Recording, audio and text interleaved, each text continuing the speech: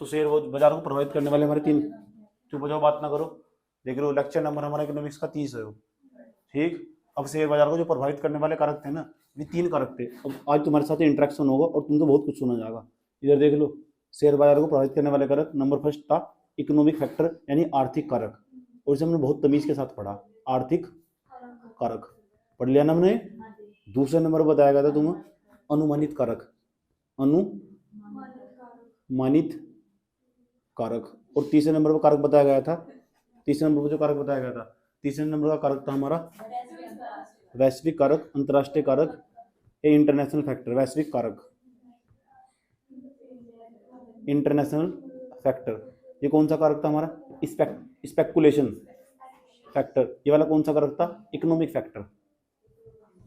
तीन कारक थे हमारे, और हम तुम्हें बताए थे कि जो आर्थिक कारक है हम पढ़ लिए, अनुमानित कारक ये भी हम पढ़ लिए। उसके बाद हम आज वैश्विक कारक की बात करेंगे, लेकिन वैश्विक कारक बताने से पहले ना मैं तुम्हें थोड़ा रिवर्स में लेके जाऊंगा।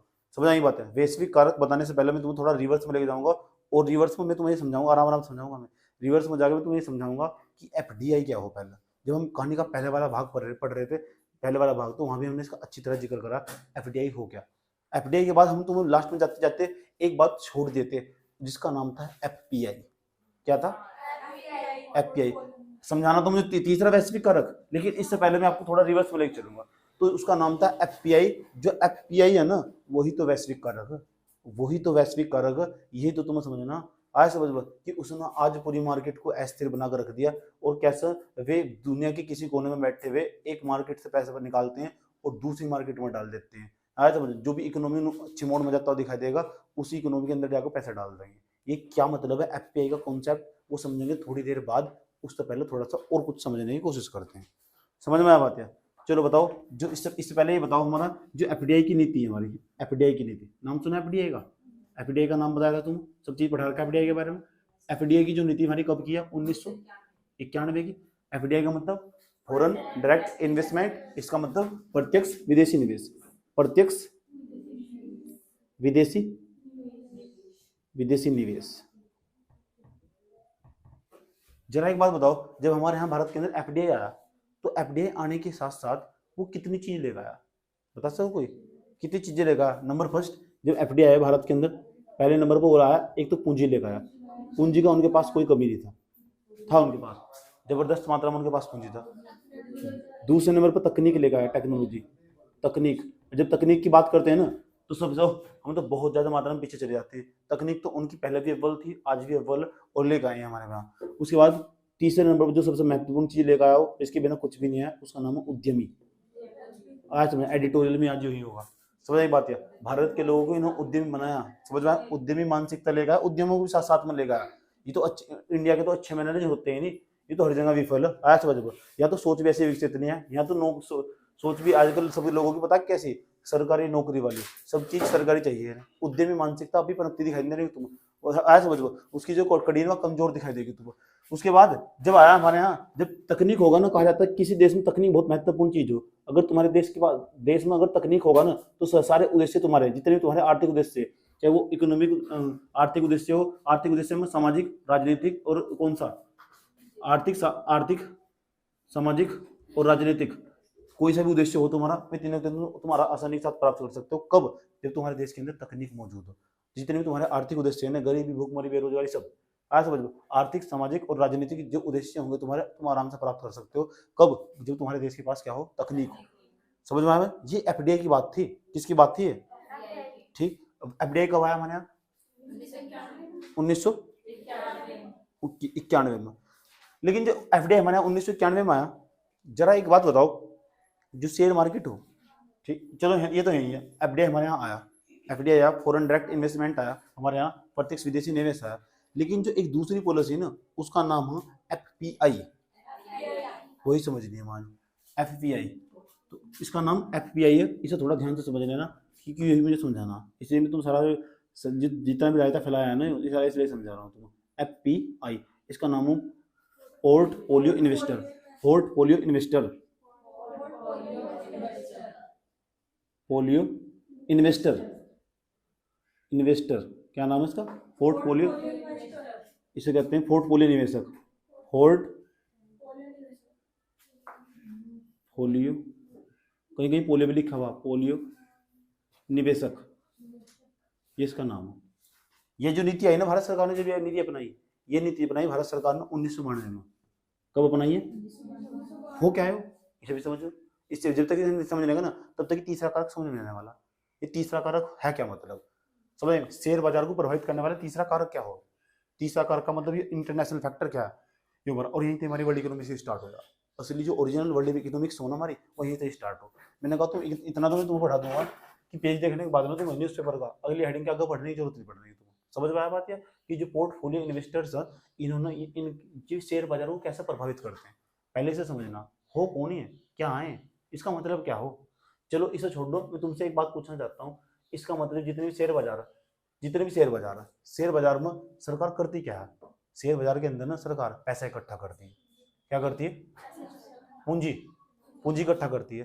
तो जो भारत सरकार, जो कंपनियां हो, आज समझो, जो भारत की कंपनियां, इन कंपनियों के पास कुछ ऐसा सिस्टम होना चाहिए कि भारत की मार्केट में ही पैसा इकट्ठा ना कर, भारत की मार्केट से बाहर निकल और ये ना अंतर्राष्ट्रीय स्तर पर भी बाहर जाकर, बाहर की मार्केट में जाकर, क्योंकि अगर ये बाहर जाके ना तो बाहर ना पूंजी की कोई कमी नहीं है। उनके पास जबरदस्त मात्रा में पूंजी। अमेरिका के अंदर चले जाओ, यूरोप के बाजार में चले जाओ, उनके पास पूंजी की कोई कमी नहीं है। जापान के बाजारों में चले जाओ, उनके पास पूंजी की कोई कमी नहीं है। तो कोई ऐसी नीति होनी चाहिए, हम ना कुछ ऐसा कर कि वहाँ की मार्केट में जाकर बॉन्ड जारी कर और हम तो पैसे उठा के यहाँ ले आओ। आज वो भी लेगा, वो रुपए में थोड़ा लेगा, वो तो हम डॉलर में लेगा आगे। और कितना बेनिफिट होगा इससे, हमारा जो रिजर्व होगा ना, रिजर्व हमारा जो फोरेक्स होगा, विदेशी मुद्रा भंडार होगा, आरबीआई की जो टोकरी के अंदर डॉलर रखा होगा वो भी बढ़ जाएगा। ऐसा होना चाहिए नहीं कुछ। इसी नीति का नाम है एफपीआई। एफपीआई उसी नीति का नाम है कि आ जाओ भाई, मैं आरबीआई हूँ। आज समझ, भारत सरकार ने क्या कहा, ऐसे वैश्वीकरण का मतलब क्या हो। 1991 में वैश्वीकरण अपनाया। वैश्वीकरण का जो ग्लोबलाइजेशन हो उसका क्या मतलब हो। वैश्वीकरण का मतलब हो पूंजी का मुक्त प्रवाह। पूंजी का नहीं, 5 चीजों का मुक्त प्रवाह बताया था मैंने तुमको। आज समझो, वस्तुओं का भी मुक्त प्रवाह, और उसमें एक था पूंजी का भी मुक्त प्रवाह होना चाहिए। समझिएगा, मुक्त प्रवाह होना चाहिए, इसका मतलब कुछ ऐसा होना चाहिए, वे भी भारत के अंदर आकर यहाँ तक पैसा इकट्ठा कर सकते हो। आज समझो, मैं तो जब आगे, जब यहाँ कुछ होगा, आज समझो, हम कितने गरीब हो वो तो हमें पता, तो यही बात है, भिखारी देश में जाना कौन पसंद करेगा। तो इतना तो हो सके कि हम उनके देश में जाओ और पूंजी इकट्ठा करो, भारत के अंदर ले आओ। ऐसा तो कर सकते हैं। ऐसा मतलब इसके लिए हम, इसलिए मैं तुम्हें आज एफपीआई पढ़ा रहा हूँ। इतनी बात बताओ, समझ में आनी क्यों? क्योंकि जो वैश्विक बाजार है ना, उनके अंदर पूंजी बहुत सस्ती। जितने भी वैश्विक बाजार है उनके अंदर पूंजी क्या है? पूजा नहीं, पूंजी बहुत सस्ती। किसके अंदर? वैश्विक बाजारों के अंदर। इतनी बात बताओ, समझ में आनी है? कोई प्रॉब्लम यहाँ तक? तो मुझे एक बात बताओ जरा, तो बताओ कि जो भारत सरकार है, क्या वैश्विक बाजारों के अंदर भारत की जो सरकार है वो अमेरिका के अंदर जाकर पूंजी इकट्ठा कर सकती है? नहीं कर सकती? कर सकती है। अमेरिका की परमिशन लेनी पड़ेगी।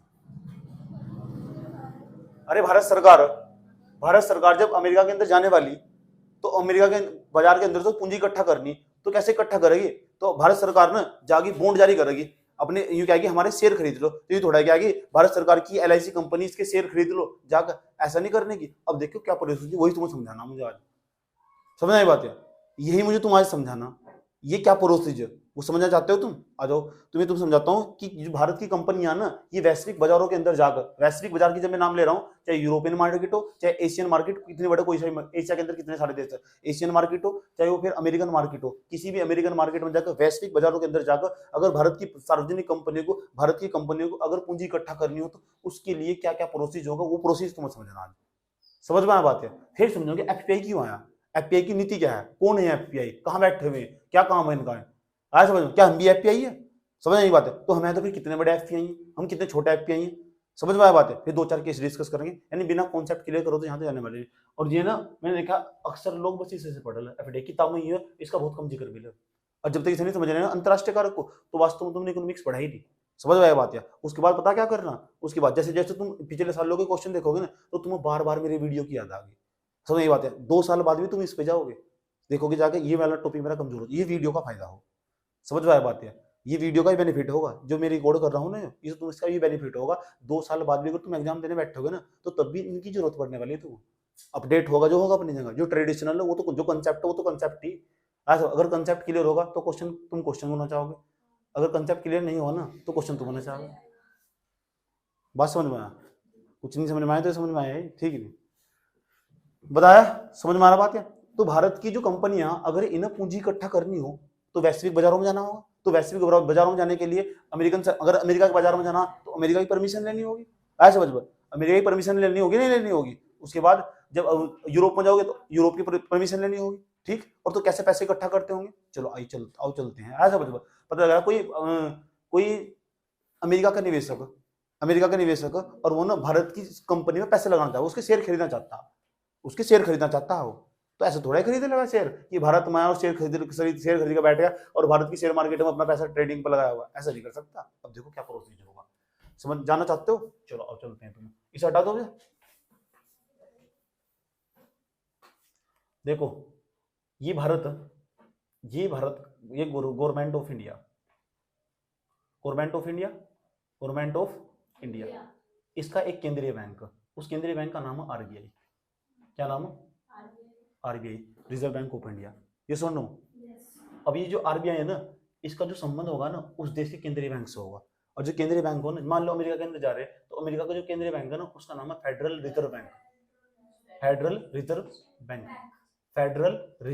बैंक। ये भारत का, ये तो इंडिया वालों का। आया समझ में? अरे किसका? अमेरिका वालों का। अभी अमेरिका को ले लो, आया समझ में? अमेरिका वालों का बैंक का वो भी केंद्रीय बैंक। भारत का केंद्रीय बैंक आरबीआई, अमेरिका का केंद्रीय बैंक कौन सा? Federal reserve bank India. कौन सा? किसका? इंडिया। तो रिजर्व बैंक ऑफ इंडिया है, ठीक है। या गवर्नमेंट ऑफ इंडिया, ये गवर्नमेंट ऑफ इंडिया ना, इस गवर्नमेंट ऑफ इंडिया तो भारत के अंदर जितनी भी कंपनियां होगी ना ये जागी सीधी आरबीआई के पास। जितनी भी पब्लिक कंपनियां आरबीआई के पास जागी, ये कहने लगी कि हमें भारत की मार्केट में अमेरिका की मार्केट में जाना, तो अमेरिका की मार्केट में जाना, इन्होंने कहा कि हमें पैसे दो, ये पैसे इसमें डाल देंगे, ठीक डाल देंगे। इसका कॉन्टैक्ट होगा इसमें जाएंगे रिजर्व बैंक ऑफ इंडिया के पास, ठीक। जो बॉन्ड भी जारी करना होगा, जो जैसे बॉन्ड भी जारी करना हो, डिबेंचर जारी करना हो, वो सब समझा रखा है तुम। आज डिबेंचर भी जारी करना, तो जो अमेरिका का बैंक होगा ना, अमेरिका का जो केंद्रीय बैंक होगा वो ना इन्होंने जो शेयर, उस शेयर के संदर्भ में मान लो इनके अमेरिका के फेडरल बैंक ना वो सारा का सारा शेयर खरीद लिया। सुन लो ध्यान लगाकर, अमेरिका के फेडरल बैंक ना वो सारा का सारा शेयर खरीद लिया। जो भारत की कंपनी अमेरिका की मार्केट में अमेरिका की बाजार में जारी करना चाहती है। दोबारा फिर समझा रहा हूँ, मान लो कोई पब्लिक कंपनी, कौन सी कंपनी? Public company. ये पब्लिक कंपनी ना अमेरिका की मार्केट के अंदर ना, अमेरिका के बाजारों के अंदर शेयर जारी करना चाहती है, और वो भी कौन सा? इक्विटी शेयर जारी करना चाहती है और पैसे जुटाना चाहती है, वहां से जुटाना चाहती है। तो यहाँ क्यों? क्योंकि विदेश में पैसे की तो कोई कमी है ही नहीं, है विदेश में कोई पैसों की कमी? तो बताओ, तो जिसे अपना शेयर जारी करना होगा तो ये कहाँ जाएगी? आरबीआई के पास। और आरबीआई ने इनका पैसा लेकर कहाँ जाएगी? फेडरल रिजर्व बैंक है, फेडरल रिजर्व बैंक के पास। तो इसे कहने लगे यहाँ, तो ये ना यूँ क्या है कि चलो मैंने अपने शेयर का जारी करते, एक शेयर 5 रुपए का, एक शेयर 10 रुपए का, एक शेयर 100 रुपए का, एक शेयर जितने का भी होगा शेयर, हार्डली एक शेयर 20 रुपए का, इस तरह करके। लेकिन वहां तो डॉलर में कीमत क्या होगी? वो सारा काम फेडरल रिजर्व बैंक का होगा। समझ में आया बात? क्या? और इस कंपनी का मान लो एसपीएल कंपनी, कौन सी? SPL, Sonu private limited company. आया समझिए, सोनू पब्लिक कंपनी मान लो, Sonu public company, private company तो जारी नहीं कर सकते। तो जो पब्लिक कंपनी ना ये इस मार्केट में यहाँ जागी, ये कहने लगी मैं इतने शेयर जारी कर रहा हूँ, एक शेयर मेरा 100 रुपए का, तो डॉलर में कन्वर्ट कर लो। आया समझ में? डॉलर में कन्वर्ट कर लो, तो डॉलर में कन्वर्ट करके तो यहाँ के लोग, और यहाँ के जो लोग होंगे ना वे देखेंगे भारत के अंदर जाएंगे कि इस कंपनी में उन्होंने पैसा लगा दिया तो भारत के अंदर हमें बेनिफिट मिलेगा। आया समझ में? बेनिफिट मिलेगा। तो वहां के लोगों ने अगर दिलचस्पी दिखाई तो भारत का ना जो शेयर, भारत के नाम से नहीं खरीदने के, ना भारत के नाम से नहीं खरीदने के। जो अमेरिका का जो फेडरल रिजर्व बैंक है वो ना एक प्रतिभूति जारी करेगा। दोबारा फिर सुन लो, अमेरिका का जो फेडरल रिजर्व बैंक है ना वो एक प्रतिभूति जारी करेगा। प्रतिभूति, चाहे डिबेंचर हो, चाहे बॉन्ड हो, चाहे प्रतिभूति तो हो, इन्हें जारी करने के बाद हम पैसे तो इकट्ठा करते हैं। अमेरिका का फेडरल रिजर्व बैंक भारत की पब्लिक कंपनी के संदर्भ में एक प्रतिभूति जारी करेगा।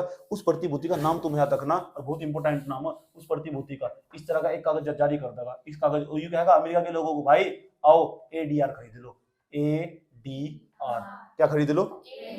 एडीआर में निवेश करने का सुनहरा मौका। समझ आई बात? वो कभी नहीं कहने का कि भारत की कंपनी मेरे पास आई और उन्होंने मुझे पैसा दिया और तुम इसमें पैसा लगाओ। आया समझ? वो तो अपने नाम से जारी करेगा, American deposit receipt, American deposit receipt, American deposit receipt. Hindi में मुझे पता नहीं क्या है। रिसिप्ट का मतलब प्राप्तियां हो, डिपॉजिट का मतलब जमा, और अमेरिका जमा प्राप्तियां। इसे छोड़ दो, बस हिंदी में लिखना इस तरह, American deposit receipt, American deposit receipt, ADR. पता लग गया कौन जारी करेगा? अमेरिका का केंद्रीय बैंक। अमेरिका केंद्रीय बैंक क्या? Federal reserve bank. पता लगा किसके संदर्भ में जारी करी उसने? जो इसकी यहाँ पब्लिक कंपनी के द्वारा, भारत की पब्लिक कंपनी के द्वारा जो इसे पैसा दिया गया था, उस पैसे के संदर्भ में आया समझ में, इस पैसे के संदर्भ में प्रतिभूति जारी कर दी। उस प्रतिभूति का नाम, प्रतिभूति मतलब सिक्योरिटीज, आया समझ, सिक्योरिटीज जारी कर दी मतलब प्रतिभूति जारी कर दी। और जो प्रतिभूति जारी कर दी उस अमेरिका के लोग दिलचस्पी दिखाएंगे। क्यों? क्योंकि सर रेट भी तो बताएंगे, रेट बताएंगे ऐसे ऐसे ऐसे कंडीशन खरीदे। अब मुझे बताओ, पहली बार जब लोग खरीदेंगे, अमेरिका का फेडरल रिजर्व बैंक उसने एडीआर जारी कर दिया, एडीआर जारी कर दिया, लोग खरीदेंगे, सबसे पहले खरीद कर अपने पास रखेंगे, फिर किसी को बेचेंगे भी तो, समझ नहीं? पहले तो खरीद कर रख दिया। अगर वो फिर पैसे ही का है जो हमारे टाइम पर काम ना आया। अमेरिका के लोग कहने लगे कि हम तो पैसे की जरूरत है, अपने पकड़ो अपना एडीआर, फिर क्या करोगे तुम? ऐसी तैसी नहीं हो जाएगी, तुम्हारी कठिनाई पैदा हो जाएगी। सुन लो मेरी बात में क्या कहने की कोशिश कर रहा हूँ भाई। ये एडीआर खरीद कर रख लिया अमेरिका लोगों ने, तो ये बताओ अमेरिका के फेडरल रिजर्व बैंक ना, अमेरिका के फेडरल रिजर्व बैंक ने एडीआर जारी कर दिया, तो ये प्राइमरी मार्केट में करा कि सेकेंडरी मार्केट में करा? यही तो प्राइमरी मार्केट है, यहाँ सेकेंडरी मार्केट का कोई कॉन्सेप्ट नहीं है। इसलिए मैं कह रहा हूँ कि अमेरिका का फेडरल रिजर्व बैंक ना पैसे जुटाना चाहता, और पैसे मिलने वाले से डॉलर में, फिर डॉलर में इसके पास पैसे आएंगे, ये आरबीआई के पास भेजेगा। जब आरबीआई के पास पैसे आएंगे, डॉलर अपने पास रख देगा, उसको कन्वर्ट करके रुपए में से पब्लिक कंपनी को दे देगा।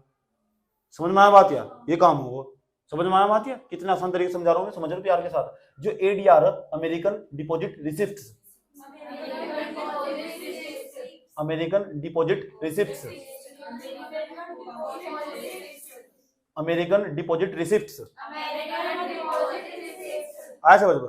अच्छा, इसके पास अमेरिका के लोगों के पास, चलो मान लो मेरी जो कंपनी है उसके शेयर भी खरीद लिए लोगों ने, खरीद कर रख लिए नहीं खरीद लिए, लेकिन वो पैसा ही किस काम का? पता लगा अमेरिका के लोगों को जरूरत पड़ी, मान लिया अमेरिकन, तेरे अंदर अमेरिका का गुण है नहीं, ऐसा समझ लो है कोई नहीं है धर्म अमेरिका। मान लो मेरी फ्रेंड है एक, उसका नाम एक्सोनिया, ऐसा समझ लो, सुन लो ध्यान रहेगा, मेरी फ्रेंड है एक्सोनिया, तो इसने ना एडीआर खरीद लिया, अमेरिका के फेडरल रिजर्व बैंक ने एडीआर खरीद लिया, और इसका ना फिर बाद में जाकर इसकी जो मेरी फ्रेंड थी, इसके बच्चे एक्सीडेंट भी होगा। क्या होगा? एक्सीडेंट। अब इसने तो $20,000 का एडीआर खरीद कर रखा था अपने घर में, $20,000 का, और इसके पास जितने पैसे एडीआर में लगा दिए थे, और इसे तुरंत पैसा भी तो चाहिए। फिर जब पैसा चाहिए तो वो पैसे काम, वो पैसा ही क्या जिसमें फ्लेक्सिबिलिटी ना हो, ऐसा समझो, वो पैसा ही क्या जिसमें फ्लेक्सिबिलिटी, लोशीलता होनी चाहिए। जब इंसान निवेश कर रहा होगा ना, निवेश बाद में करेगा, पहले ये पूछेगा मेरा पैसा कब भी लगा, ऐसा समझो। प्रत्येक इंसान के लिए प्राथमिकता यही होगी, समझ में आया बात है? तो अमेरिका के जो इन्वेस्टर्स, निवेशक, उन्हें भी तो फ्लेक्सिबिलिटी चाहिए जब एडीआर में पैसा लगा रहे हैं, चाहिए कि नहीं चाहिए? इसलिए तो एफपीआई संदर्भ आया, इसलिए तो एफपीआई आया। अब उन्होंने पता क्या कहा, तुम्हारे पास एडीआई है, तुम्हारे पास एडीआर, आ जाओ घर बैठे बैठे कंप्यूटर का बटन दबाओ, भारत की शेयर मार्केट में आपका स्वागत है 1992 में, भारत की शेयर मार्केट में आपका स्वागत है, भारत की शेयर मार्केट में अपना एडीआर दिखाओ, और कोई भी खरीद लेगा, भारत का भी खरीद लेगा, कोई दूसरा भी खरीद लेगा, शेयर मार्केट में दिखागा, भारत की बॉम्बे स्टॉक एक्सचेंज में लिस्टेड कंपनी में, उसका समझ में, उसका एडीआर इलेक्ट्रॉनिक फॉर्म होगा और दिखागा, इसे कोई भी खरीदने वाला हो, कोई भी खरीद लेगा। इतनी सारी जनसंख्या, तो हमने ना बाहर की कंपनी को भारत के अंदर आने की अनुमति दे दी। बाहर की कंपनी को, बाहर की जो कंपनी थी, बाहर के जो लोग थे, बाहर के जो इन्वेस्टर्स थे, उन्होंने कहा भारत के अंदर आ जाओ, टेंशन लेने की जरूरत नहीं है, नहीं तो तुम्हारा एडीआर, जो भारत का एडीआर खरीदेगा कौन? नहीं कोई खरीदेगा, जब तुम लोशीलता नहीं दे रहे हो, तुम फ्लेक्सिबिलिटी नहीं, कौन खरीदेगा? तो ये तो पहली शर्त होगी निवेश करते वक्त, मेरा पैसा मुझे टाइम पे चाहिए नहीं चाहिए? तो बताओ, अगर उसका पैसा उसे टाइम पे मिलता होगा तो जो इन्वेस्टर है वो दिलचस्पी दिखागा, जब दिलचस्पी दिखागा तो भारत सरकार ने ये गेट खोल दिए थे, एफडीआई के गेट खोले थे 1991 में। और जो एफपीआई है ना, एफपीआई का मतलब पोर्टफोलियो निवेशक, वो जो बाहर का निवेशक, पोर्टफोलियो निवेशक, वो बाहर का निवेशक भारत की शेयर मार्केट के अंदर आकर अपने एडीआर को बेच सकता किसी दूसरे कैंडिडेट को। ये इसके शेयर मार्केट, ये तो शेयर बाजार का कंसेप्ट सिस्टम आया, यही तो पोर्टफोलियो निवेशक, और कहीं भी बैठा हुआ है। अब पूरी दुनिया के कहीं भी किसी के भी निवेशक भारत की मार्केट में शेयर बाजार में ट्रेडिंग कर सकते हैं अपनी जो एडीआर आया, समझ में? चलो, अगर भी तो ये अभी तो मैं से एडीआर इसमें आगे ले चला गया, अगर मैं इस जो पब्लिक कंपनी का जो शेयर है, अगर मैं यूरोप की मार्केट में लेके चले जाऊँ, यूरोप की मार्केट में लेके चला जाऊं, तो यूरोप की मार्केट में ना लेके चले जाऊं, तो उसका नाम पता क्या होगा? उसका नाम होगा जीडीआर।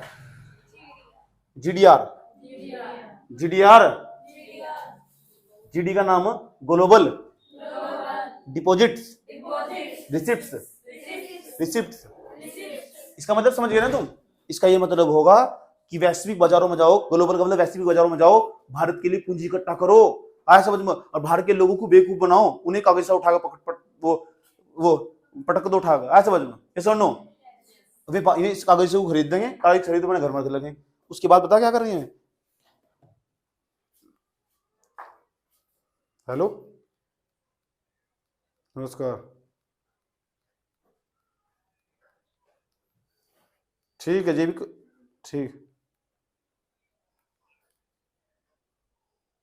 हेलो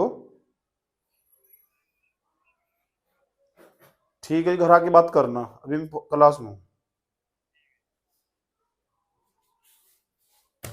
किसकी बात बताओ, जो अमेरिका का डीजी सॉरी यूरोपियन का जो यूरोप का जो जीडीआर होगा, ग्लोबल डिपॉजिट रिसिप्ट्स होगा, हिंदी में से लिखना, ग्लोबल डिपॉजिट रिसिप्ट्स, इसे जब खरीदते होंगे तो उन्हें भी तो लोचशीलता चाहिए होगी, उन्हें उनके पास उनकी तो प्राथमिकता होगी, अपना पैसा में इन्वेस्ट कर रहे हैं कि उसके पैसे में फ्लेक्सिबिलिटी होनी चाहिए, लोचशीलता चाहिए, उनका पैसा उन्हें टाइम पर मिलना चाहिए, जब मैं डिमांड करते हो तभी उन्हें पैसा मिलना चाहिए।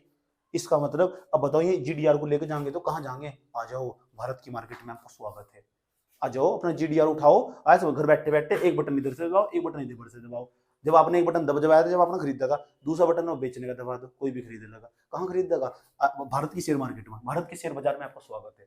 और जब ये आएंगे ना तो भारत का शेयर बाजार प्रभावित नहीं होगा, ऐसा जब ये आएंगे ना भारत का शेयर बाजार प्रभावित नहीं होगा, यही तो वैश्विक कारक, ये जीडीआर वाले एडीआर वाले ये उठा उठा के चल दिए बाजार, ऐसा समझ, इनका मानना था। और ये इसकी तो अनुमति देनी पड़ती, क्यों नहीं देनी पड़ती, क्योंकि पूंजी का मुक्त प्रवाह होना चाहिए। वैश्वीकरण के सिद्धांतों में 5 चीजें थी जिनका मुक्त प्रवाह था, उसमें तो एक पूंजी थी, पूंजी का मुक्त प्रवाह होना चाहिए। तो पूंजी तो है क्या है पूंजी, कैपिटल। आ जाओ, आया समझ में, आ जाओ भारत की जो शेयर मार्केट है ना उसमें ट्रेडिंग करो, अपना जो एडीआर जीडीआर उठा के लाकर बेचो। चलो मैं तुमसे एक सवाल पूछता हूँ, बताओ, जिस तरह हम बाहर दूसरों के बाजारों में, अमेरिका के बाजार में, यूरोप के बाजार में, जापान के बाजार में, दुनिया के किसी भी बाजार में जाकर हम पैसा इकट्ठा कर सकते हैं, इस तरह तुम्हें भी तो आ सकते हैं इस तरह। मान लो कोई अमेरिका वाला आया, अमेरिका की पब्लिक कंपनी भारत के आरबीआई के पास आ गई, रिजर्व बैंक के पास आ गई, तो भारत का जो आरबीआई है उसके संदर्भ में एक प्रतिभूति जारी करेगा, तो उसका नाम पता क्या होना चाहिए, तुम्हारे नाम क्या होना चाहिए, आईडीआर होना चाहिए। तुमने खुद ही बता दिया, इससे बता लो तुम कितने टैलेंटेड हो, ऐसा वास्तव में उसका यही नाम हो आईडीआर, तुमने खुद ही बताया उसका नाम आईडीआर होगा, इंडियन डिपॉजिट रिसिप्ट। लेकिन तुम्हें जानकारी हैरानी होगी, कोई ना भारत के अंदर भिखारी देश में कोई नहीं जाना चाहता, ऐसा वजह की बात है, इन्हें कोई पैसा देता, यहाँ तो कौन पैसे इकट्ठा करेगा समझ में आया बात है, ठीक, इतना बताओ समझ में आया नहीं है, कोई प्रॉब्लम। तो ये था, हम इस तरह पैसे इकट्ठा करते हैं, ये हमारा जो पोर्टफोलियो निवेशक है।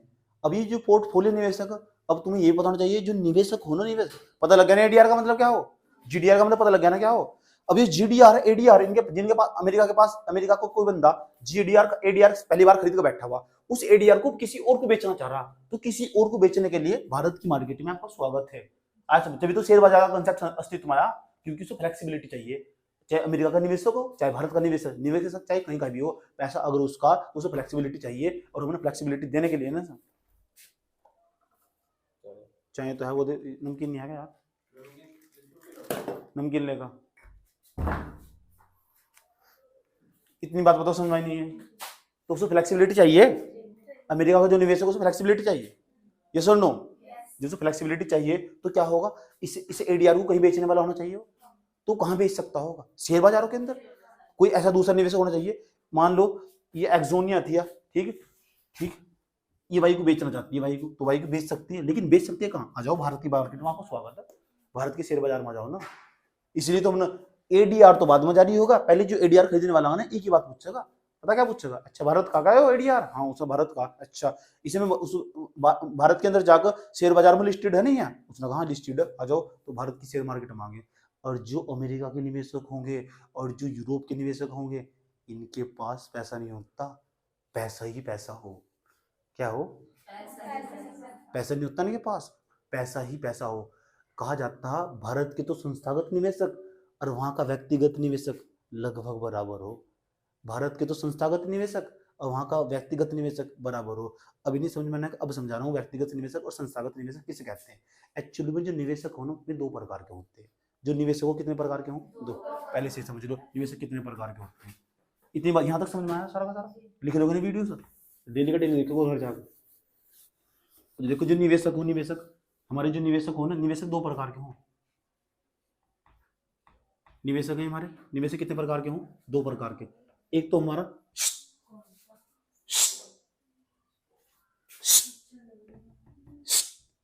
इंडिविजुअल, इंडिविजुअल व्यक्तिगत, व्यक्तिगत व्यक्तिगत निवेशक, व्यक्तिगत निवेशक क्या बोलेंगे, व्यक्तिगत निवेशक।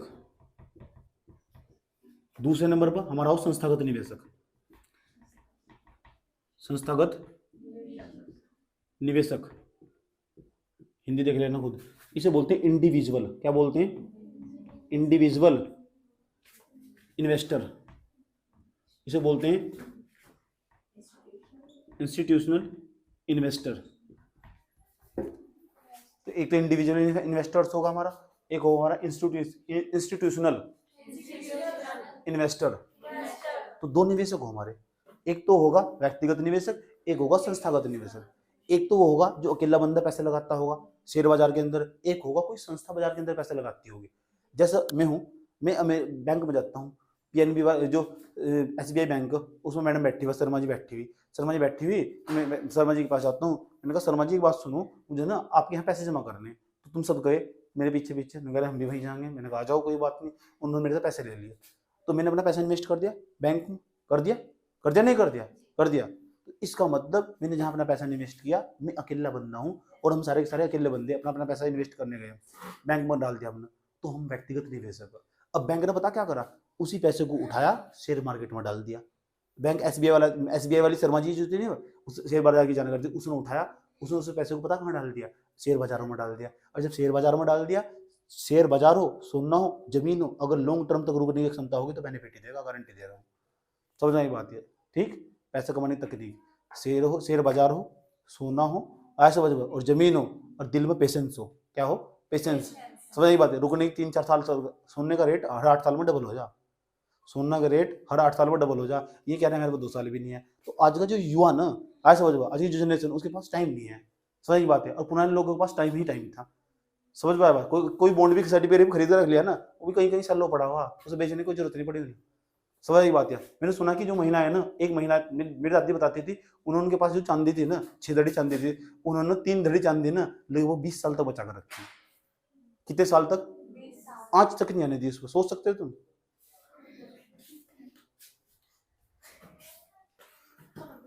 समझ में आया बात है। 20 साल तक उन्होंने बचा कर रखी। फिर बाद में जाकर पता चला कि उन्होंने जब शादी करी ना, तो उसमें से केवल 1 धड़ी जो चांदी थी ना, उन्हें बेचनी पड़ी, उनकी स्थिति बहुत खराब थी। समझ की बात है। अगले तो बाद में जाकर पता चला, जब ये दादी 40 साल बीत गए ना पूरे, कितने 40 शादी के, तो 40 साल के बाद भी उनके पास में 6 किलो के आसपास चांदी थी। सोच सकते हो तुम।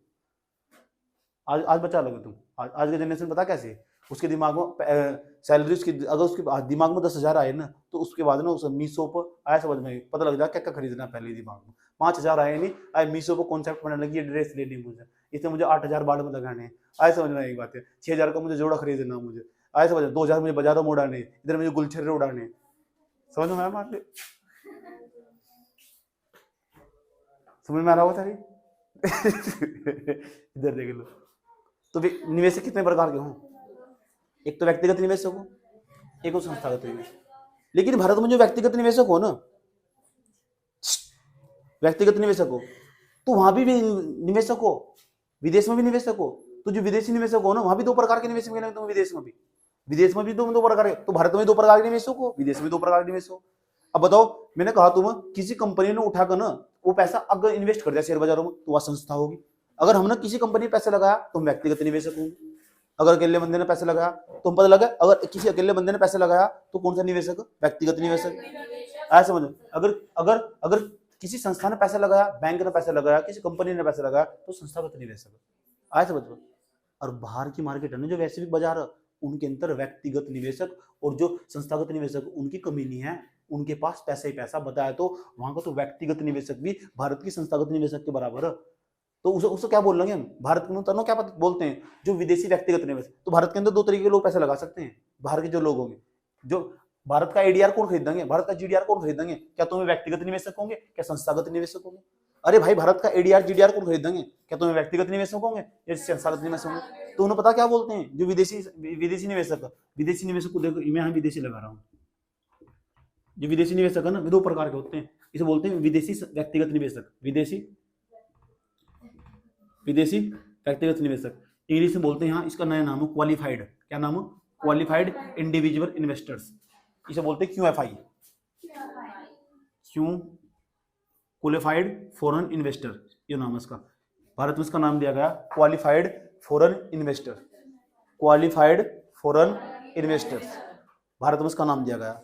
अगर एक अकेला बंदा भारत के शेयर बाजार में आकर पैसे लगाने वाला ना, तो उसका नाम क्वालिफाइड फॉरेन इन्वेस्टर। ये भी बहुत खतरनाक है, अकेले बंदे वहां ऐसा सब दिखा दूंगा तुम्हें, जिसके पास 3,000 4,000 करोड़ रुपए कुछ है नहीं, 5-6 हजार करोड़ रुपए कुछ है ही नहीं उसके लिए, ऐसा समझ लो, ठीक। और 2 करोड़ रुपए लगभग तुम्हारी पूरी जिंदगी बते रहोगे, उसके लिए कुछ नहीं है, ऐसा ऐसा निवेशक पड़ा हुआ। अब तुम्हें बताता हूँ शेयर बाजार में घोटाला कहाँ होता। भारत का एक व्यक्ति था जिसने 4,000-5,000 करोड़ रुपए का घोटाला करा, बेवकूफ बनाया। जब सेबी नहीं आता, जब शेयर बाजार को कोई कंट्रोल करने वाला नहीं आता, प्रत्येक चीज को कंट्रोल करने वाला हो, तब तक यहाँ ऐसी कोई संस्था नहीं बनाई गई थी जो शेयर बाजार को रेगुलेट कर सकती हो, नियंत्रित कर सकती हो। तब तक सेबी नहीं बनाई गई थी। सेबी एक संस्था जो शेयर बाजार को नियंत्रण करती है, तब तक नहीं बनाई गई थी। तब तक ना एक ऐसा इन्वेस्टर था, व्यक्तिगत इन्वेस्टर की बात बता रहा हूँ मैं, भारत का ही था वो, उसने शेयर मार्केट के अंदर 4-5 हजार करोड़ रुपए इकट्ठा कर लिया था। आज इसकी बात कर रहे हैं हम। तो निवेशक कितने प्रकार के हों? एक तो विदेशी व्यक्तिगत निवेशक, एक विदेशी संस्थागत निवेशक, विदेशी संस्थागत निवेशक, विदेशी संस्थागत, इसे बोलते हैं FII।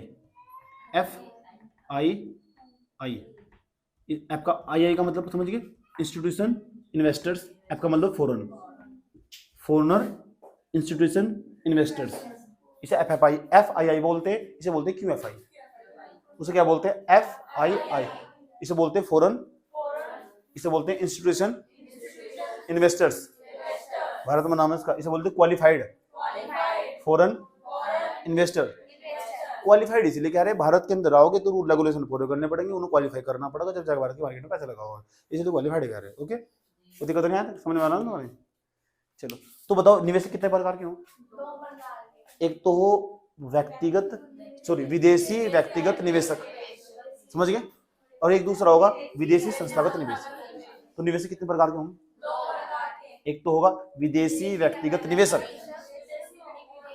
विदेशी संस्थागत निवेशक। ऐसा समझो, मान लो मैंने किसी कंपनी में पैसे लगाया, तुम्हें कौन सा निवेशक हूँ? भारत का नहीं है, मैं मॉरिशस का हूँ, मैं मॉरिशस का हूँ, मैंने किसी कंपनी में पैसे लगाया, तुम्हें कौन सा निवेशक हूँ? विदेशी व्यक्तिगत निवेशक। इसका मतलब मैं QFIU में क्यू का मतलब क्वालिफाइड फॉरेन इन्वेस्टर्स, तुम्हें QFIU, ऐसे समझ लो। अब जहां मैंने पैसे लगाया ना, उस कंपनी में जिसमें मैंने पैसे लगाया था, उस कंपनी में म्यूचुअल फंड में पैसे लगाया, म्यूचुअल फंड में कहीं और लगाया नहीं, तुम्हें नहीं पता म्यूचुअल फंड क्या है, वो बात में कोई बात है, ये बताओ कहीं और तो लगाया पैसा उस कंपनी ने, ऐसे ही करके उस कंपनी में बहुत सारे लोगों ने पैसे लगाया होगा, तो पूरी एक संस्था बन गई होगी, उस संस्था ने कहीं और पैसा लगाया, इसका मतलब उसे बोलेंगे संस्थागत निवेशक। तो निवेशक कितने प्रकार के हों? अब जरा मुझे ये बता दो, जब भी भारत की मार्केट में, भारत के शेयर बाजार में पैसा लगाने आ गए हैं, जब शेयर बाजारों में जाकर ये शेयर खरीद देंगे, तो ये क्या हलचल मचाएंगे, सोच सकते हो तुम? क्योंकि पैसे की इनके पास कोई कमी नहीं है, और जिनके पास पैसा हो ना, उसकी समाज के अंदर अलग ही क्वालिटी हो, तो बाजार में भी उसका अलग ही जज्बा होगा। अब देखो कितना तहलका मचाने वाले हैं, क्योंकि पैसे की तो उनके पास कोई कमी नहीं है। आज समझ लो, जबरदस्त मात्रा में पूंजी ही पूंजी इनके पास, पूंजी नहीं है, पूंजी ही पूंजी। आज समझ, अब देखो भारत की शेयर बाजार में आने वाले हैं, आज भारत की जब शेयर बाजार में आने वाले हैं ना, अब ये खरीदना स्टार्ट करेंगे। और जब कहते हैं ना कि कहा जाता चाहे व्यक्तिगत निवेशक हो चाहे संस्थागत निवेशक हो, चलो व्यक्तिगत निवेश को एक बार को तुम छोड़ भी दो, लेकिन हम छोड़ नहीं सकते, मैं कहता हूँ बहुत बड़े खतरनाक है। मान लो तुम भारत के किसी व्यक्ति ने किसी कंपनी के 100 शेयर खरीद लिए शेयर बाजार में, इसे हटा दो यहाँ तक, कितने निवेशक है? विदेशी निवेशक कितने प्रकार के हों? QFI FFI, इसका नाम विदेशी व्यक्तिगत निवेशक, इसका नाम विदेशी संस्थागत निवेशक। अब ये क्या करने वाले? अभी तहलका मचाने वाले। तहलका कहाँ मचाने वाले? भारत के शेयर बाजारों में। आ जाओ भारत के शेयर बाजारों में लेके चलते हैं। ये भारत का शेयर बाजार है, ये रहा भारत का शेयर बाजार। कौन सा बाजार? शेयर बाजार। भारत सरकार ने इन्हें आने की भारत सरकार ने इन्हें आने की अनुमति दे दी, इन्हें भी इन्हें आने की अनुमति दे दी। जब इन्हें आने की अनुमति दे दी ना, आ जाओ बाबू आ जाओ। अच्छा आने लगे। अब ये कौन ना एफपीआई है, इन्हें पोर्टफोलियो इन्वेस्टर्स। और जो पोर्टफोलियो इन्वेस्टर्स है ना, पोर्टफोलियो इन्वेस्टर्स ये दो प्रकार के हों, एक तो विदेशी व्यक्तिगत निवेशक, एक विदेशी संस्थागत निवेशक। अब इनका भारत में स्वागत है। कब इन्हें आने की अनुमति दे दी हमने? 1992 में। आए समझ, हमने कहा जाओ, अब टेंशन लेने की जरूरत नहीं है। और जब ये आए हैं तो कहा जाता है जब भी किसी देश में एंट्री मारते हैं ना तो उसका भविष्य बदल लेते हैं, और जब किसी देश में जाने की कोशिश करते हैं ना, ऐसा समझो, तो उसका भविष्य खराब कर देते हैं। इतने खतरनाक हो हैं, इनके बारे में थोड़ा सा समझाते हैं। तुम इतनी बात बताओ, समझ नहीं आया कि जो पोर्टफोलियो इन्वेस्टर्स हो ना, कितने प्रकार के हो पोर्टफोलियो इन्वेस्टर? एक तो हो विदेशी व्यक्तिगत निवेशक, एक हो हमारे विदेशी संस्थागत निवेशक। ठीक, अब ये बताओ, इनके पास पैसे की कमी, पूंजी की कमी क्या इनके पास नहीं है ना? चाहे विदेशी व्यक्तिगत निवेशक हो, चाहे विदेशी संस्थागत निवेशक हो। और ये बताओ, तुम मुझे एक बात बताओ, एक प्रश्न पूछना चाहता हूं, तुम व्यक्तिगत निवेशक के पास ज्यादा पैसा होगा, विदेशी संस्थागत निवेशक के पास ज्यादा पैसा होगा? बताओ, मेरे पास ज्यादा पैसा होगा या शर्मा जी का जो बैंक है उसके पास ज्यादा पैसा होगा? जो शर्मा जी का बैंक है उसके पास ज्यादा पैसा होगा। क्यों? क्योंकि वो संस्था, उसमें तुमने सबने पैसा जमा करा होगा, मैं अकेले से क्या फर्क पड़ रहा? ये सुन लो, तो बताओ संस्थागत निवेशकों के पास ज्यादा पैसा हो कि व्यक्तिगत निवेशकों के पास ज्यादा पैसा हो? ठीक है, मान लो कोई व्यक्तिगत निवेशक है, संस्थागत निवेशक है। अब तो इनका स्वागत है। 1992 में तो पहले की अनुमति है देना जाने की, नहीं आती ना? अब तो इनका स्वागत है, अब तो ये आ सकते हैं। जब आ सकते हैं तो आगे क्या करेंगे? ये कंपनियों के शेयर खरीद देंगे, शेयर खरीदेंगे नहीं। और शेयर कैसे खरीदे जा, मैंने तो बताया था, शेयर मार्केट में खरीदे जा। अब तो इनका स्वागत है, अब आ सकते हैं। अब ये क्या खरीदने वाले? शेयर। किसके? कंपनियों के। कौन सी कंपनी के? जो भारत की कंपनियां, क्योंकि भारत की शेयर बाजार में इनका आने का स्वागत है। अब स्वागत भारत सरकार ने साइन कर दिए, आ जाओ। समझ में आ बात है? जब आ जाओ, अब आ लिए दर्शन करना चाहोगे इनके? ठीक है। जब आए ने कहा जाता है, जब ये विदेशी संस्थागत निवेशक या विदेशी व्यक्तिगत निवेशक अभी भारत की मार्केट में जैसे ही आए, जब आए तो इनका एक ही काम होगा, पहला खरीदना, माल खरीदना। जब तक खरीदने के तो बेचोगे कैसे? सबसे पहला काम इनका क्या होगा? खरीदना। क्या खरीदना? क्या खरीदना? शेयर। और कहा जाता है जब इन्होंने खरीदना स्टार्ट करा ना तो इतना खरीदे कि भारत के लोग देखते रह गए क्या हो रहा है।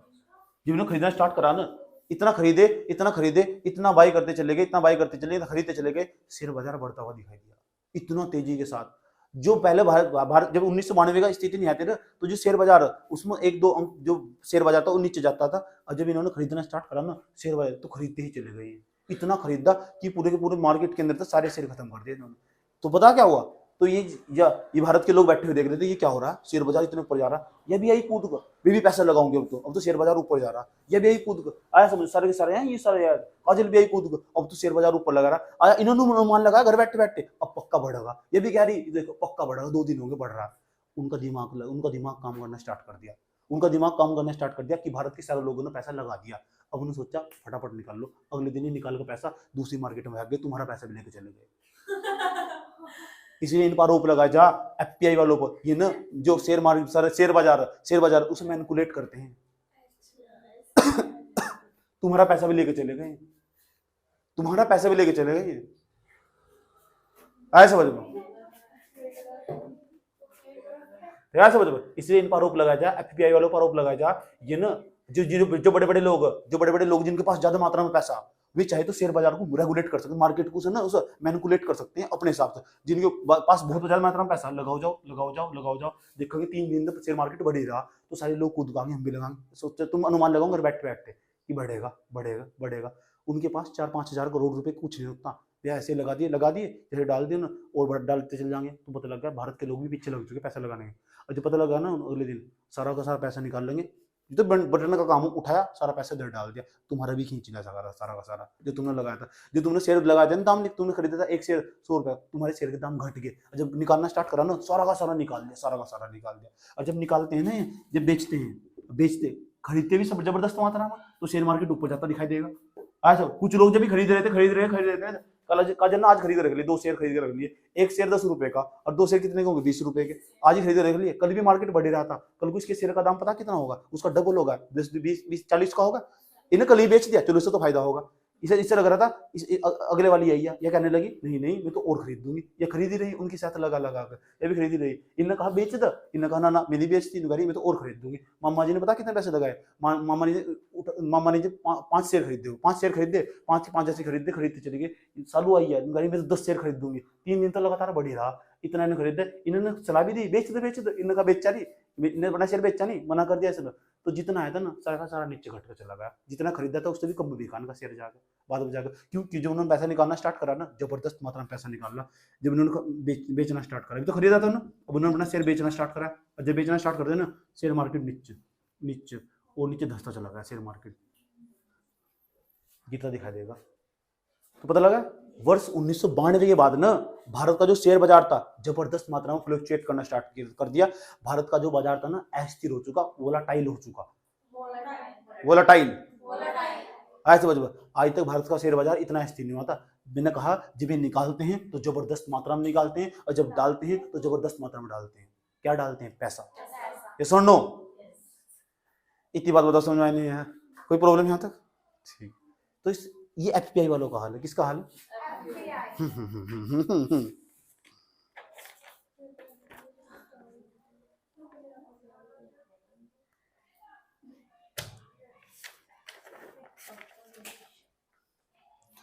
कोई दिक्कत?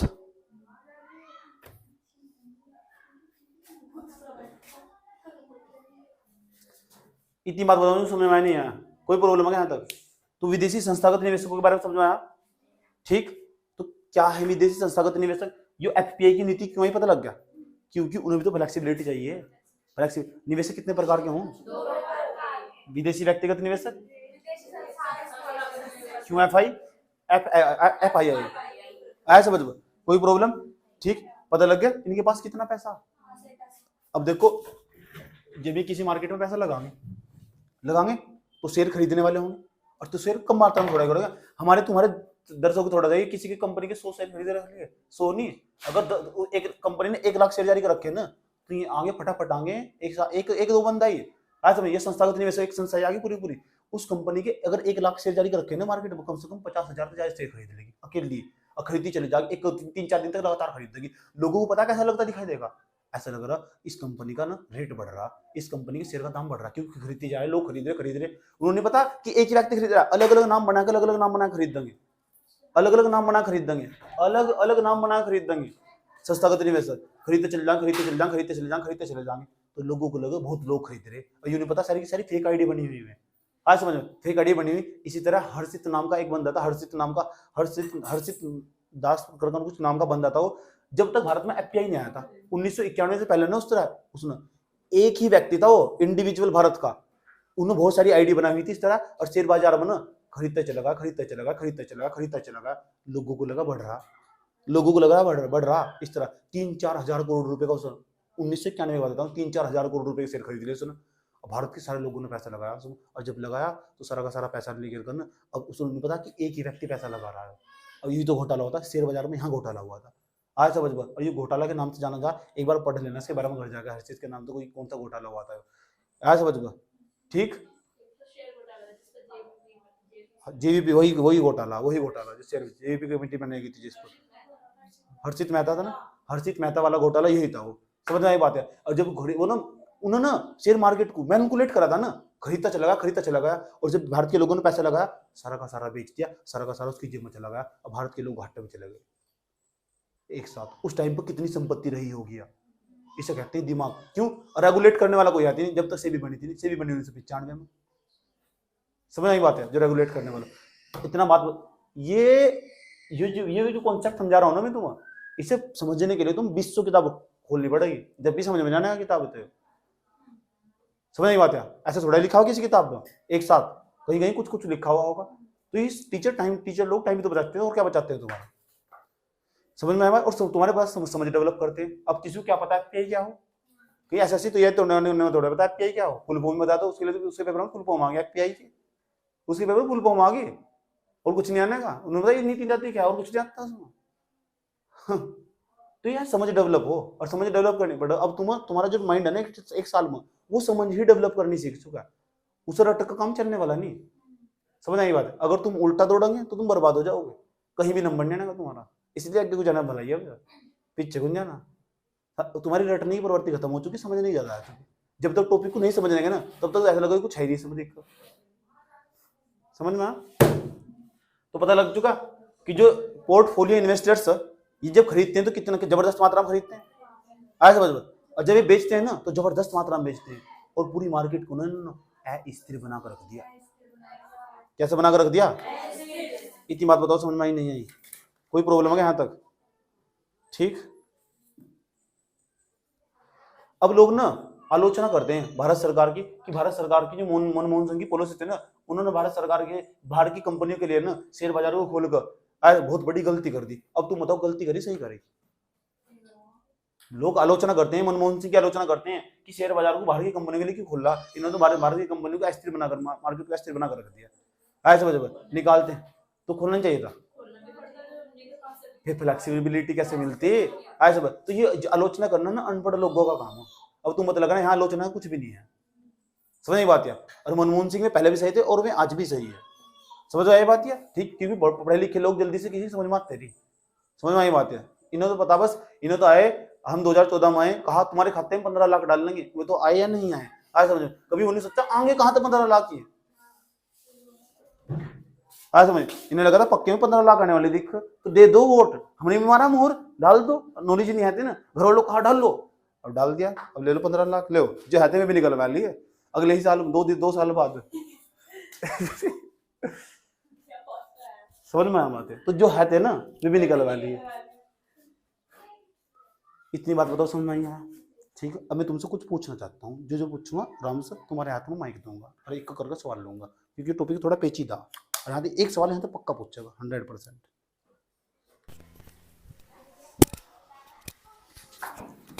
बताओ पहला सवाल, एडीआर क्या हो? एडीआर, जो एडीआर है ना, जो वे वहाँ पर जो उनका अमेरिका का बैंक का जो ना एक कागज के रूप में देवा। कागज के रूप में क्या देवा? वही तो देवा एडीआर। वही तो एडीआर, और क्या हो? मतलब आप पूछना क्या चाह रहे हैं? मैं फुल फॉर्म बताऊं क्या? एडीआर के बारे में पूरा समझा। जो एडीआर हो ना, क्या हो? जो उन्होंने बॉन्ड खरीदे तो उसके बदले उन्हें एक कागज सा मिले एडीआर। अगर उनको कोई आपदा जाती है ना, उन्हें पैसे चाहिए हो, तो वे मार्केट में जाकर, भारत की मार्केट में जाकर उसके जरिए पैसे ले सकते हैं, ट्रेडिंग कर सकते हैं। हाँ। एडीआर का पूरा नाम क्या हो? American deposit receipt. अच्छा, बहुत लग सकता है। बैठ जा। दोबारा नंबर। लो बेटा। निवेशक कितने प्रकार के होंगे? निवेशक दो प्रकार के होते हैं। नंबर 1 व्यक्तिगत निवेशक और संस्थागत निवेशक। दोनों में अंतर क्या हो? व्यक्तिगत एक व्यक्ति के द्वारा लगाए जाते हैं और संस्थागत में कई सारे व्यक्ति वो पैसा लगाते हैं। उदाहरण?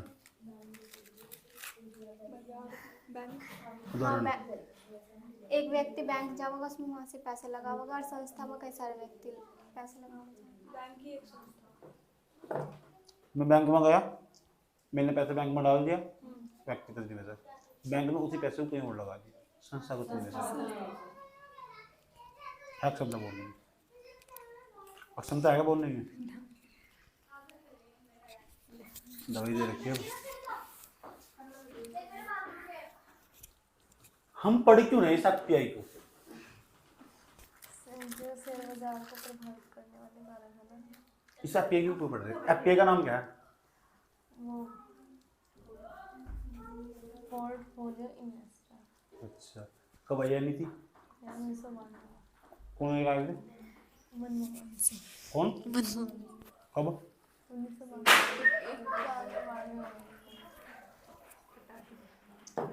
क्यों ले गए थे? क्यों ले गए थे? ताकि ये भारत में इन्वेस्ट करें। कौन? ये जो एफपीआई वाले बाहर के लोग। इसलिए ले गए थे। एफपीआई की जरूरत क्यों पड़ गई? शेयर बाजार को हमने बनाने। क्या शेयर बाजार को आगे बढ़ाने के लिए इसे दे दे बस चल काम से कभी सारा बुखार कर देगा। एफपीआई की जरूरत क्यों पड़ी? भैया जो घोटाले हो रहे थे ना मतलब उनमें रोकथाम करने के लिए। क्या है यार, क्या बदतमीजी खिला रहे हैं। चिल्ला चिल्ला के बताया एडी एफपीआई की जरूरत क्यों पड़ेगी? इसे दे एफपीआई की जरूरत क्यों पड़ी? जो भारत का विदेशी मुद्रा भंडार है उसमें डॉलर चाहिए ना हमको, तभी तो एफडीआई की जरूरत है हमें। एफपीआई की जरूरत है? हाँ। अच्छा ढंग से बता दो, होश में होगा। यह पीछे का कॉन्सेप्ट में बताओ मुझे, जो मैंने आज समझाया कि एफपीआई की, इसलिए हमें एफपीआई की आवश्यकता पड़ी। अच्छा एफपीआई क्या होता है ये बताया आपने आज? ये नहीं बताना, मैंने ये पूछ रहा एफपीआई की जरूरत क्या पड़ेगी? जरूरत क्यों पड़ी? अपने शेयर मार्केट को बढ़ाने के लिए। बस यही बदतमीजी नहीं। मैंने ये कहा था जो अमेरिका की मार्केट में एडीआर जारी हुआ ना, उसको कोई खरीदने वाला नहीं है, उसमें फ्लेक्सिबिलिटी चाहिए, इसलिए एफपीआई लाया है, एफपीआई की नीति लेकर आए हम। आ जाओ, एफपीआई की नीति के तहत नहीं भारत की शेयर मार्केट में एडीआर को बेच सकते हैं, जीडीआर को बेच सकते हैं। पता ही नहीं कहाँ सो रहे तुम।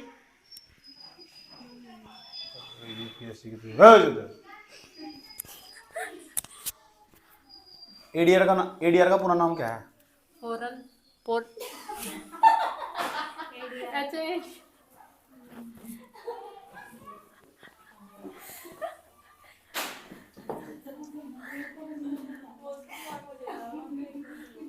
एडीआर का पूरा नाम? एडीआर का पूरा नाम अमेरिका एडीआर का अमेरिका डिपॉजिट वो लास्ट वाला रिसिप्ट को दे देता लास्ट वाला।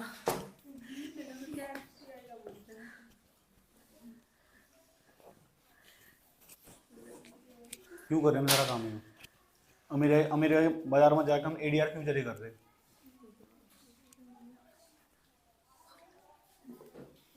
अमेरिका के बाजार में जाकर हम एडीआर क्यों जारी कर रहे हैं? क्योंकि जो भारत वो पूंजी इकट्ठी करनी है। कैसी पूंजी इकट्ठी करने की? शेयर बाजार क्यों ध्यान नहीं आ जरा इधर फोकस लगा। क्या चल रहा है? एफपीआई की जरूरत क्यों पड़ी हमें? पूंजी इकट्ठी करने के लिए। एफपीआई की? अच्छा एफपीआई की। हाँ, एफपीआई की नीति भारत में क्यों आई? फ्लेक्सिबिलिटी लाने के लिए। किस चीज़ में फ्लेक्सिबिलिटी लाने की? किस चीज़ में फ्लेक्सिबिलिटी लाने के लिए?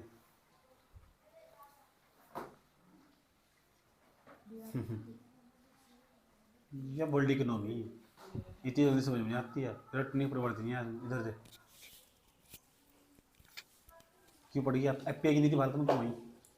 जैसा कि हम अपने शेयर बेच रहे थे अंतर्राष्ट्रीय स्तर पर, तो जो हम अमेरिका में स्तर पर नहीं, अंतर्राष्ट्रीय बाजार में। अंतर्राष्ट्रीय बाजार में जब हम अपने शेयर जारी करेंगे तो हम ऐसा तो करने के लिए पहले हमें उस देश की अनुमति भी लेनी पड़ेगी। जैसे हम अमेरिका में जा रहे हैं तो हम हमारे यहाँ का रिजर्व बैंक उनके जो फेडरल रिजर्व है उनका, उसमें जाके अपने शेयरों के दाम रख देगा कितने। फिर वे क्या करेंगे, अपने नागरिकों के लिए एक पत्र जारी करेंगे, उसका नाम होगा एडीआर। फिर वो एडीआर ऊपर वो ये सब प्राथमिक बाजार में हो रहा, अब उसे बेचने के लिए वे क्या उसे बेचना भी है, उसमें फ्लेक्सिबिलिटी, ऐसा तो कोई खरीदने वाला है नहीं। अब उसमें फ्लेक्सिबिलिटी लाने के लिए हमें एफपीआई की जरूरत पड़ी है। इसलिए अब हमने कहा अब हमारे मार्केट में आओ, अपने ये शेयर एडीआर लाओ और अपने पैसे दे दो। अच्छा, फिर भी यहाँ भी पैसा लगा सकते हैं, चाहे उनकी कोई संस्था हो या उनका कोई व्यक्तिगत निवेशक हो। फायदा क्या होगा इसका? सब इस समय फायदा है, पूंजी इकट्ठा होगी हमारे पास, उसका क्या होगा? उससे हमारी जीडीपी बढ़ेगी, उसका क्या होगा? पैसा तो आएगा ही, डॉलर, उसका क्या होगा? उससे इकोनॉमी बढ़ेगी भैया। कौन सी पूंजी बढ़ेगी? रियल पूंजी बढ़ेगी कि वित्तीय पूंजी बढ़ेगी? वित्तीय पूंजी।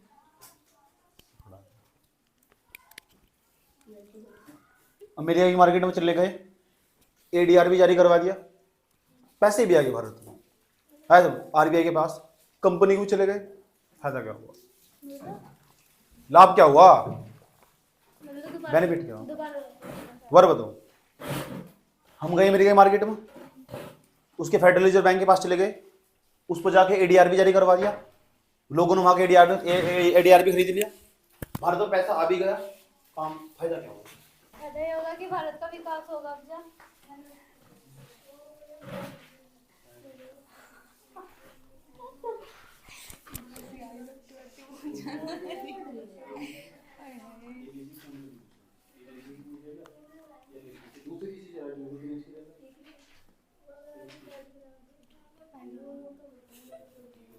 यही फायदा होगा कि जो भारत है ना, भारत की जीडीपी बढ़ गई, मतलब कि उसकी पूंजी बढ़ी ना। बताऊं, जो भारत होगा ना, भारत का एक तो जो विदेशी मुद्रा भंडार होगा, मतलब कि उसमें वृद्धि होगी, वो बढ़ जाएगा। तो उससे क्या होगा, हमारा मतलब कि विकास होगा अच्छा। यही तो नहीं बताता हूँ, इसे कहते हैं पीछे का रिवीजन करना। अगर भारत के अंदर पूंजी आ गई, वित्तीय पूंजी आ गई, तो भी तो फिर वास्तविक पूंजी आ गई। पढ़ाए थे हम तुम आज, जब तक वित्तीय पूंजी नहीं होगी तो वास्तविक पूंजी कैसे दिखाई देगी?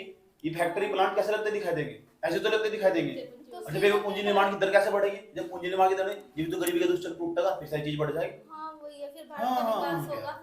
फिर तो 20 लाइन लिख सकते हैं।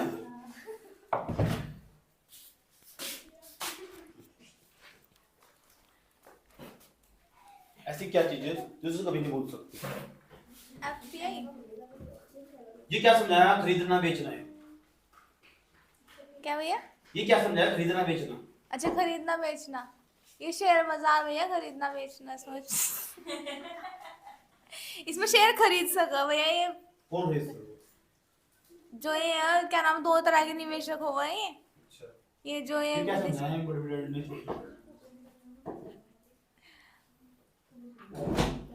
हाँ, इसमें ये समझाया था आपने, जब मतलब कि कोई वो वो ये जो लोग हैं इसमें वो करेंगे, इन्वेस्ट करेंगे, तो ये बढ़ता जाएगा। क्या बोल रहा है इसका, जो हाँ शेयर बढ़ते जाएंगे, लाभ होता दिखाई देगा, तो सारे शेयर इसमें अपने वो करेंगे, इन्वेस्ट करेंगे। ठीक है, लेकिन ये जो घोटाले हो रहे थे ना, मतलब कि फिर ये क्या करा, जो ये पूंजी वाले एडवांस नहीं, इसमें बताओ। अब मैं बता दे, ये क्या मतलब? जो ये दूसरे देश के हो, मतलब कि जो दूसरे देश के हो, उसमें मैं बता तो नहीं, मैं उनके पास पूंजी हो वो, तो फिर मैं खरीद सका। जब शेयर वो करे जाएंगे ना, तो मैं शेयर खरीद लेंगे ज्यादा से ज्यादा। एक बंदी थी मेरी, मैंने बहुत समझाया, सुनती नहीं, आप सुन तो लो। बार बार गलती करती थी। तो फिर पता क्या हुआ, एक दिन मैंने उसको पकड़ा, मैं बता तो नहीं ना, ऐसे पकड़ कर नहीं बात तो सुन लो। ऐसे कॉल करेगी। आप सुन तो रहे नहीं।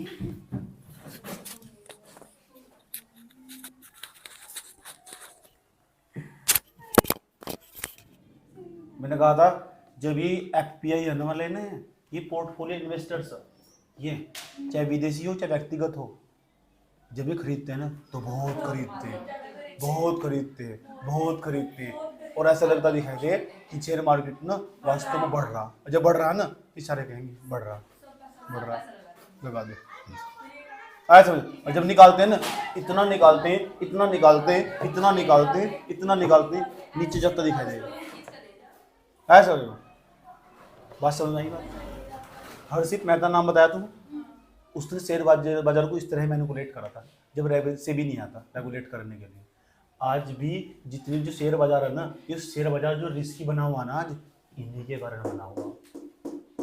यही है विदेशी संस्थागत निवेशक या विदेशी व्यक्तिगत निवेशक दुनिया के किसी कोने में बैठे हुए हैं, और जब भी ना दिखाई देगा कि भारत के अंदर भारत का इकोनॉमी ग्रोथ अच्छा हो सकता, भारत की आरबीआई ने आज घोषणा कर दी इस साल भारत का ग्रोथ रेट 10% रहने वाला, भारत का ग्रोथ रेट अच्छा रहने वाला, ये आगे तुरंत फटाफट प्यारा, तो दूसरी इकोनॉमी वो अच्छा ग्रोथ नहीं कर रही है 10%। अमेरिका का ग्रोथ रेट 0.2%, चाइना का 0.1% ग्रोथ रेट की बात बता रहा हूँ मैं तुम्हें, ग्रोथ रेट ही। अब भारत का 10% के आसपास जा रहा, लेकिन फिर भी मैं बहुत, उनका प्रोडक्शन फिर भी बहुत आई है। ग्रोथ रेट बता रहा हूँ मैं, उत्पादन की बात, ग्रोथ रेट हम तेजी के साथ ग्रोथ कर रहे हैं, ग्रोथ तो कर रहे हैं, इतनी तेजी नहीं ग्रोथ जितना हम कर रहे हैं। क्यों नहीं कर रहे हैं इतनी तेजी ग्रोथ? पता क्यों नहीं कर रहे? क्योंकि वहाँ पहले ग्रोथ हो चुकी है।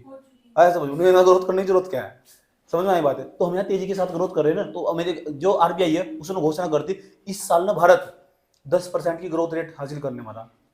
आगे इनकी पूरी दुनिया में नजर, ये कहीं मॉरिशस में बैठे हुए, कोई ऑस्ट्रेलिया में बैठा हुआ, लैपटॉप उठाकर आया, समझो पैसे की कोई कमी नहीं है, बस बैठे बैठे लैपटॉप थोड़ा सा इधर को लेट के, थोड़ा सा इधर को लेट के, इधर तो उठा के इधर बटन दबाया, इधर तो उठा के इधर बटन दबाया और पैसा लगाया बस, और फिर घर घूमते फिर रहे। अगले दिन आए मार्केट लोग खरीदने पर लगे हुए थे जबरदस्त तरीके से। इन्होंने मैनिपुलेट कर लिया पूरा का पूरा। मैनिपुलेट करने का मतलब समझिए, आज समझ में उसको ना अपना कब्जा कर लिया पूरा का पूरा। और जैसे 3 दिन तक इन्होंने दाम बढ़ाए, लगातार बढ़ाए, और सारे लोगों ने आसपास के विश्व के भी सभी लोगों ने उसमें पैसे लगाए, और फिर इन्होंने जब निकालना स्टार्ट करा ना, तेजी के साथ निकाला, भारत का शेयर बाजार धड़ाम से नीचे गिरा। ऐसा करके आज इन्होंने ना जो क्यों ये पोर्टफोलियो इन्वेस्टर्स भारत के शेयर बाजार को बहुत रिस्की बना दिया, और 1992 के बाद ना आज तक ये बहुत वोलाटाइल बना हुआ, बहुत अस्थिर हो चुका, कभी भी गिर जा कभी भी बढ़ जा। समझिए, कोई प्रॉब्लम बताओ यहाँ तक, कोई प्रॉब्लम है यहाँ तक? तो ये हमारा टॉपिक था, लेकिन अब जब वर्ल्ड इकोनॉमिक्स ना अब वास्तव में स्टार्ट होगी, ये पता लगा ये हमारा वैश्विक कारण था। इस वैश्विक कारण, ये तो वैश्विक कारण है, इसी कारण तो शेयर बाजार प्रभावित हो रहा हमारा। पता लगा शेयर बाजार कैसे प्रभावित हो रहा है? अनुमानित कारक के कारण भी था, मैंने तुम्हें बताया था, उसके बाद आर्थिक कारक भी बताया था मैंने। समझ में आई बात? ये तीनों कारक समझ में आएगी नहीं आएगी? ठीक। और इसी वीडियो को दोबारा देखना बहुत आराम से, इस बार स्पीड मत बढ़ाना, 1.5 की स्पीड मत करना बिल्कुल भी।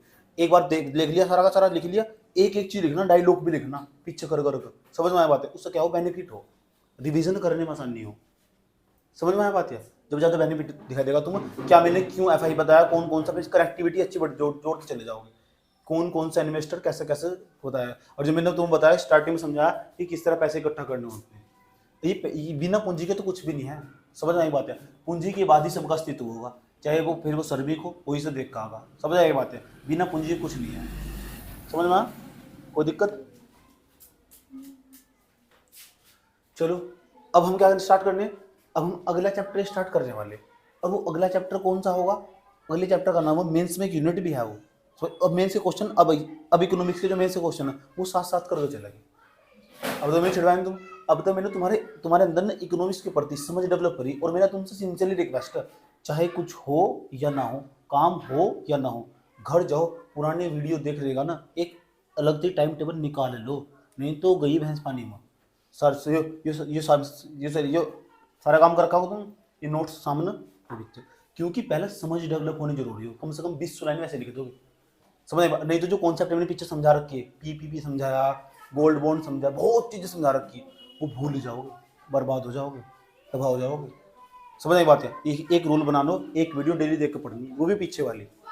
समझ में आई बात है? ये रूल बना लो। समझ में आई बात है? सारे क्वेश्चन पीरी के भी वहीं से होने वाले। बात समझ में आई है?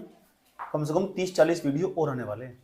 जब तक 30-40 वीडियो और आने, 70 के आसपास वीडियो जाने, कितने 70 के आसपास वीडियो जाने वाले। ये 70 के 70 वीडियो जब जाकर तुम्हें इकोनॉमिक्स की समझ डेवलप होगी अच्छी खासी, और उसके बाद जिंदगी में कभी भी कुछ भी पढ़ना वो सब समझ में आ जाने वाला। क्या होगा इसका मतलब, क्या होगा उसका बेनिफिट, और क्या हो रहा, क्या एडीआर हो, कौन से बॉन्ड हो, कौन से डिवेंचर हो। ये बॉन्ड, डिवेंचर, ऋणपत्र, डेब्ट, ये सब तुम्हें पढ़ना है। अभी तो मैंने तुमको कुछ पढ़ने को दिया है नहीं, अभी एनसीईआरटी पढ़ने को दे रहा हूँ। तुम शब्दावली वहां तक मिल रही होगी, सही क्या शब्दावली, समझ। मैंने थोड़ा इंग्लिश की टर्मिनोलॉजी यूज कर रखी, हिंदी की शुद्ध शब्दावली तुम्हें एनसीईआरटी मिल जाएगी। समझ नहीं बात है? क्योंकि मैंने जो किताब पढ़ रखी ना, उनका लेवल थोड़ा हाई है। एनसीईआरटी ना, उसकी खास बात पता क्या है, जब भी आज मैं एनसीईआरटी पढ़ता हूँ ना, ऐसा लगा कि मेरा बहुत कुछ रहेगा। जब भी मैं आज भी एनसीईआरटी पढ़ू, 11वीं क्लास की एनसीईआरटी आज भी ऐसी देखोगे तुम, इकोनॉमिक्स की, मुझे ऐसा लगा कि अभी मेरा बहुत कुछ बाकी है। एनसीईआरटी शायद ही उसके बाद सारी चीज किताबें मार्केट में उसके बाद समझ आए। इस किताब को पढ़ने के बाद एनसीईआरटी ऐसी किताब है, मैं देखता हूँ आज भी मेरा बहुत कुछ छुटा हुआ, हालांकि कई बार पढ़ चुका हूँ। समझ में आया बात है? ये एनसीईआरटी की खूबसूरती, किसकी खूबसूरती है, समझ में आया बात है? इसलिए तो उसके बाद 9वीं क्लास का तुमने एनसीईआरटी पढ़ लिया, कुछ सीखने को मिला ही होगा उसमें, अच्छा लगा होगा। ऐसे 10th का पढ़ना, ऐसे 11th का पढ़ना। 12th क्लास में सारा नहीं पढ़ना, कुछ ही चैप्टर पढ़ने जहाँ मैं बता दूंगा। तो समझ में आया बात है? कैसे पढ़ना और कैसे नहीं पढ़ना। ठीक है, अगले दिन हम क्लास में पता क्या स्टार्ट करने वाले हैं? अगले दिन हम क्लास में स्टार्ट करने वाले एफडीआई और एफपीआई में अंतर क्या होगा, एफडीआई एफपीआई में अंतर। लेकिन जो चैप्टर में स्टार्ट करने वाला हूँ उस चैप्टर का नाम बता रहा हूँ, तो पहले ही अगली क्लास में स्टार्ट करने वाला हूँ, उस चैप्टर का नाम होगा विदेशी पूंजी। अब बताओ, ये सारी विदेशी पूंजी नहीं आया, कौन सी पूंजी है? विदेशी पूंजी चैप्टर का नाम है मेरा। चैप्टर नंबर, ये समझ लो चैप्टर नंबर 1 होगा, और यहाँ तो तुम मेंस के सारे क्वेश्चन लिख सकते हो। यहाँ से चैप्टर नंबर फर्स्ट होगा मेंस का, समझिए। विदेशी पूंजी, विदेशी पूंजी तथा भारत का विकास, तथा भारत का विकास या भारतीय अर्थव्यवस्था, या भारत की अर्थव्यवस्था। विदेशी पूंजी इसे बोलते हैं foreign capital and development of Indian economy, development of Indian economy. इसका मतलब विदेशी पूंजी और भारत का विकास। दूसरी भाषा में ऐसे भी कह सकते हैं एलपीजी का उदारीकरण का भारतीय अर्थव्यवस्था पर प्रभाव, ये लिखा हुआ उस सिलेबस के अंदर, ऐसे समझ में, ठीक है। तो लिखा हुआ उदारीकरण का, तो विदेशी पूंजी जब विदेशी पूंजी कब आई, जब उदारीकरण है तो विदेशी पूंजी नहीं। तो विदेशी पूंजी अब भारत क्या लिखा हुआ, विदेशी उदारीकरण का भारतीय अर्थव्यवस्था पर प्रभाव। तो भारतीय अर्थव्यवस्था पर क्या प्रभाव पड़ा, ये तो पढ़ने वाले हैं, ये तो पूरा का पूरा यूनिट है। समझ नहीं बात है। एक ही चीज़ को हम कई तरीके से बता सकते हैं, जो टीचर हो उसमें खूबी होगा, ऐसे समझ में। उसे 20 शब्दावली पता रहा है, किताबों में एक ही लिख के रहा है, और बच्चों को एक ही पता रहा है। तो टीचर बनना इतना आसान काम नहीं है, कम से कम 20 किताबें पढ़कर टीचर बना जा। बात समझ में आई? कोई प्रॉब्लम? कंसेप्ट क्लियर चाहिए पहले, कोई प्रॉब्लम है यहाँ तक? तो इस चैप्टर हम कल स्टार्ट करेंगे, विदेशी पूंजी तथा भारत का विकास। ये चैप्टर है हमारा पहला चैप्टर है मेंस का। अब मेंस के टॉपिक हो जाएंगे, अब तुम धड़ाधड़ लिखोगे। अब एडिटोरियल था ना जो तुम्हारा, एडिटोरियल में जो भी इकोनॉमिक्स का आगा वो सारा संक्षिप्त होता चला जाएगा। और जितना भी तुम पढ़ रहे थे ना इंडियन सोसाइटी जो टॉपिक आते थे, इसके बाद हमारा सोशल जस्टिस और इंडियन सोसाइटी आने वाला टॉपिक, गवर्नेंस के बाद, वो बहुत आसान करा दूंगा मैं। एडिटोरियल में देख के बैठे हुए हाथ बांध कर बैठ जाओगे, ऐसा कर सीधे अपना जो नोट्स होगा ना, देखो मैं तुम्हें नोट्स दिखाता हूँ इस तरह। मैं पढ़ता ही नहीं, क्यों नहीं पढ़ता मैं, देखो क्यों नहीं पढ़ता। उस टॉपिक को मेरे पास एडिटोरियल आया ना, मैं इस तरह देखो मेरे नोट्स बना रखे पूरे पूरे, ये शॉर्ट्स नोट्स अपने नोट्स में देख लूँगा, बस उसको टॉपिक बंद कर लूँगा, उसका बस खास 2-3 लाइन लिखूंगा, उसके बाद अपने नोट्स पे चले जाऊँगा, इसका रिवीजन करता रहूँगा बार बार। उससे क्या होगा, उस चीज़ को रिवीजन करने तो 1-2 लाइन उसमें ऐड कर लूँगा, उसमें रिवीजन करने तो उसमें मजबूती पैदा होगी, तेजी के साथ लिख सकता हूँ मैं, क्योंकि वो टॉपिक मेरा पढ़ा हुआ। जैसे तुमने आज पढ़ा होगा एडिटोरियल में सबसे स्टार्टिंग में कौन सा था, वो चुनाव आयोग। आज समझ तुम तो चुनाव आयोग तुम्हारा सब सुना हुआ ना तुमने, तो चुनाव आयोग तुम्हारी कॉपी में भी रखा, उसे देखना। तो सीधा जब भी कोई टॉपिक आया ना, कॉपी में तुमने पढ़ रखा है, तो सीधा से कॉपी खोलो जाकर, और कुछ नहीं लिखो ही ना, लिखना भी मूर्खता से। इतनी बात तो समझ में आया नहीं आया, कोई प्रॉब्लम? तो हम इकोनॉमिक्स की क्लास यहीं रोक रहे, अब हम स्टार्ट कर रहे हैं गवर्नेंस। ठीक, रोको। कितने मिनट की हुई?